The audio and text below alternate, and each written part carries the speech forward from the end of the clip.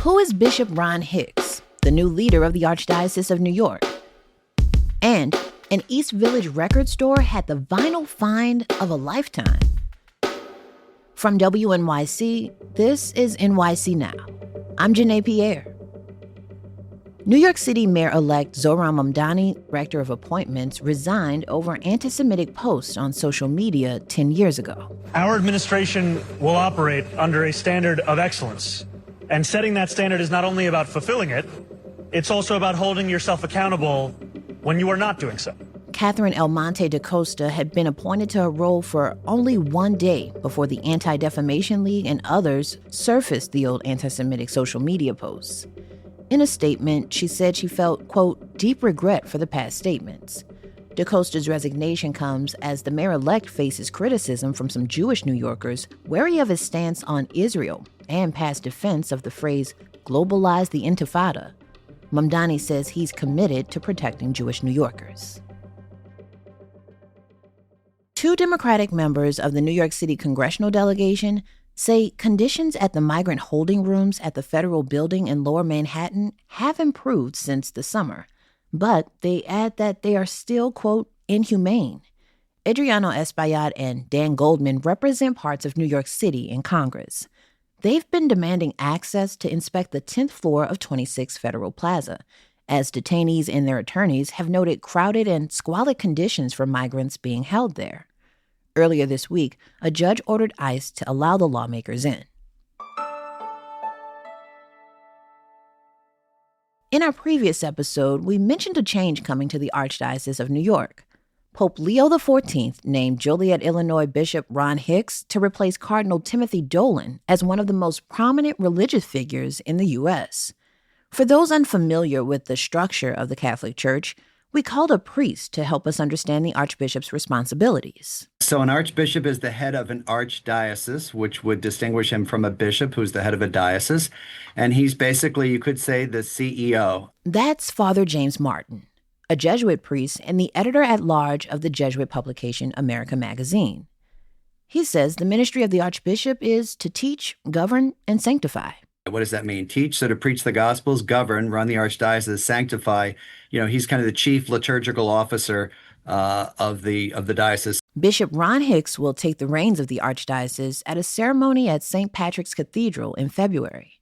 Father Martin says Bishop Hicks has a great background. He was ordained back in 1994 and has worked at several parishes. He's also spent a lot of time at the seminary.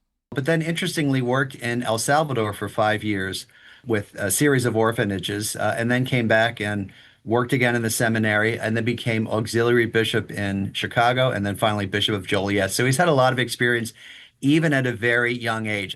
Bishop Hicks is 58 years old, making him a relatively young leader for such a prominent archdiocese.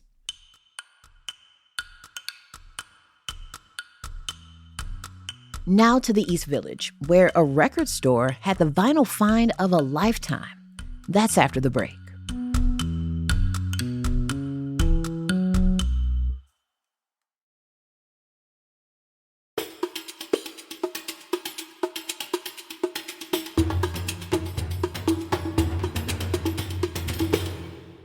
Magic happens every day in this world. And New York City being what it is, a fair bit of that magic tends to find its way here. Take this story from WNYC's Ryan Kyloth about a long-lost piece of music and its unlikely journey to an East Village record store. Catherine Kath Bloom was a folk singer whose moment never really arrived in the 70s and 80s when she was most active. But she slowly developed a cult following. It is not often one comes across a record store where there is a Kath Bloom and Lauren Mazzacane section. Andy Breslaw was record shopping in the East Village one day when the nonprofit exec found a whole section for Bloom and her longtime collaborator, guitar player Lauren Mazzacane Connors. So that kind of stopped me in my tracks. I turned to the back of the store and I said, well, I produced a record of theirs. I'd like to touch you. Breslaw had fallen in love with the pair's music in the 80s and released the stripped-down folk recording, 1,200 vinyl copies. At the time, there wasn't a huge audience for their wonderful music and was left with a whole bunch of them in my basement. Andy put out a record called Sing the Children Over from 1982, and those records are incredibly rare. Adrian Rue runs Erget Records, the shop Breslau had stumbled into. He's a huge Kath Bloom fan, and the two got to talking. At that point, I was frankly blissfully unaware that they had become these huge collector's items online. Used copies would sell for over $100, and Breslau had boxes of unopened records in storage in Maine. He shipped them down to the city, and when Rue put up a little note on Instagram about the find, I sold 200 copies in 2 hours. 43 years after it was released, Breslau sent Kath Bloom and Lauren Connors their cut. They weren't waiting for that check, I imagine. No, it wasn't a big check, but money out of the blue. They didn't respond to our interview requests, but Breslau says they're happy the music is finding an audience. Thankfully for the rest of us, the album also found its way online.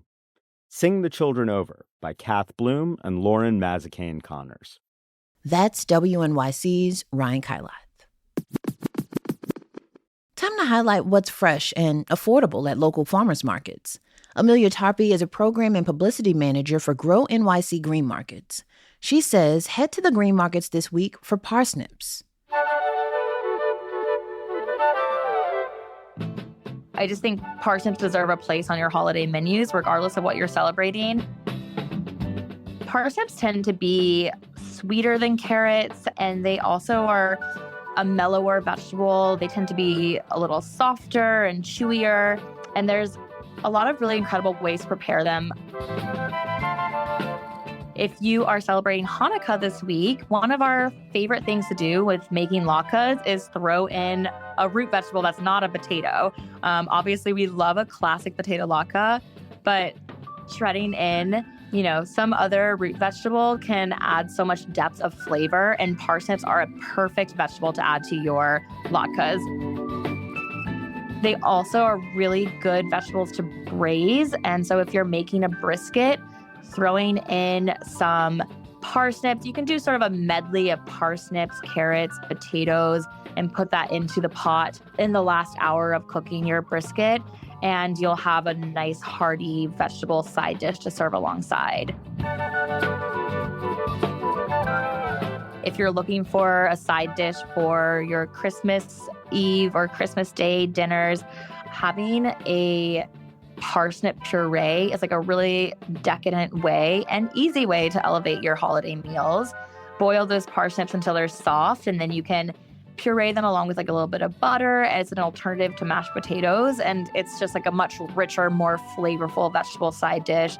You can also do parsnip chips, slice them really thin, roast them in the oven, and then you can use the chips to like serve over some soups, stews, really good over like a lentil soup, and it just adds a nice textural element, a nice flavor element to whatever you're making. Amelia Tarpey is a program and publicity manager for Grow NYC Green Markets. She says right now, green markets across the city are selling parsnips for $3 to $6 a pound. Okay, after you're done Googling parsnips recipes, consider putting your phone down in honor of World Meditation Day this Sunday. The UN formally declared December 21st as World Meditation Day last year. I'm sure we can all benefit from a moment of Zen. As always, thanks for listening to NYC Now from WNYC. I'm Janae Pierre. Have a lovely weekend.